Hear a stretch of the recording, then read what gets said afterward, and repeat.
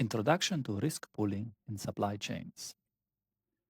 To introduce risk pooling, I'm going to use an example of a lifeboat and determining the capacity of this lifeboat that will be sufficient.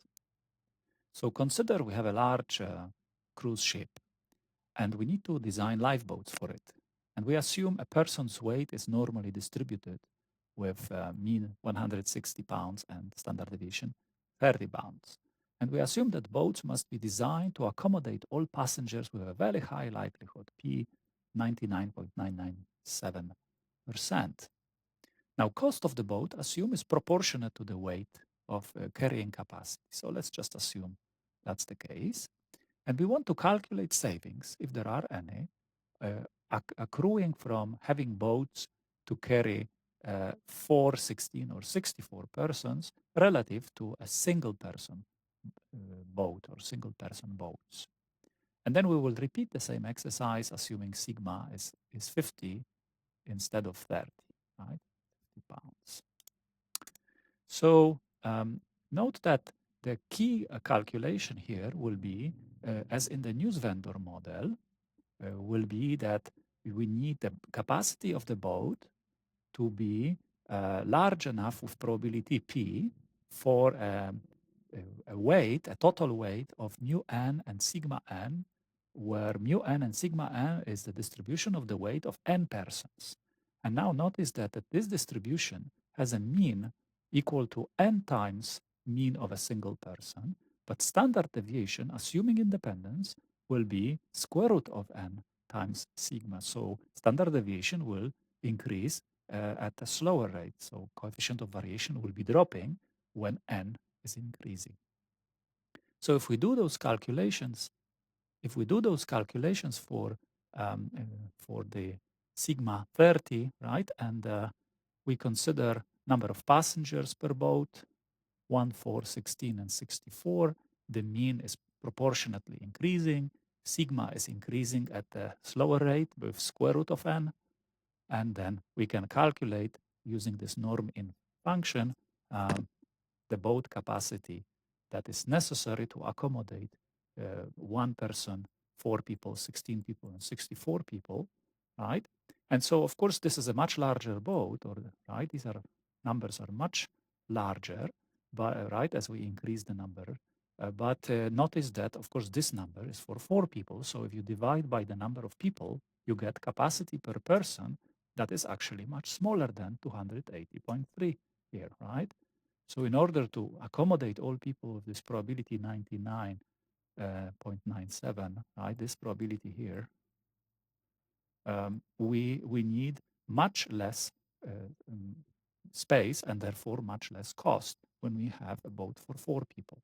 When we have a boat for 16, capacity per person is even less, and then for 64, even less, right? So if you compare savings from the case of one person, there is 21% saving, there is 32% saving, this compared to 280.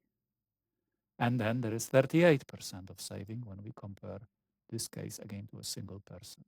But if you think about incremental savings, right, comparing this second case to the first case, there's 21%, but incrementally, so third case, comparing it to the second case, right, these two, or actually these two, there's only 11% of saving, right?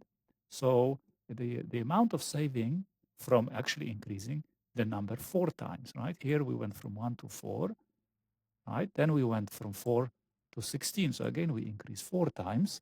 And you notice that the first time the saving was 21%, but the second time is 11%. So you see, there are savings in terms of cost, because if the boat cost is proportionate to the capacity that we require, we will save 21% first, and then additional 11%, and then additional 5%. However, those costs are at a decreasing rate as we're combining more and more passengers. And I hope you see, if we try sigma 50 pounds instead of 30, right, this is the difference in the second table, those decreases will be even more pronounced. So there will be 28% and then additional 14. So actually bigger decreases than in the first case. So the lifeboat example shows us that pooling is basically combining multiple sources of variability in order to make extreme values less likely. In the case of a lifeboat design, we pooled multiple sources of variability, which were the multiple persons' weights together into one variability, and then the total weight of multiple passengers has relatively less variability, and therefore allows us to design relatively smaller boats that can accommodate the weight of passengers with the same likelihood. So in supply chains, the objective of risk pooling strategy will be to redesign either a supply chain or a production process or a product that the supply chain is delivering in order to reduce uncertainty or again or hedge or mitigate consequences of uncertainty. And you will see the following risk pooling strategies in this topic. You'll see location pooling. We will try to do product pooling. Then there will be two types of what we call lead time pooling. One is called consolidated distribution. The other will be delayed differentiation. And finally, we'll talk about capacity, production capacity pooling.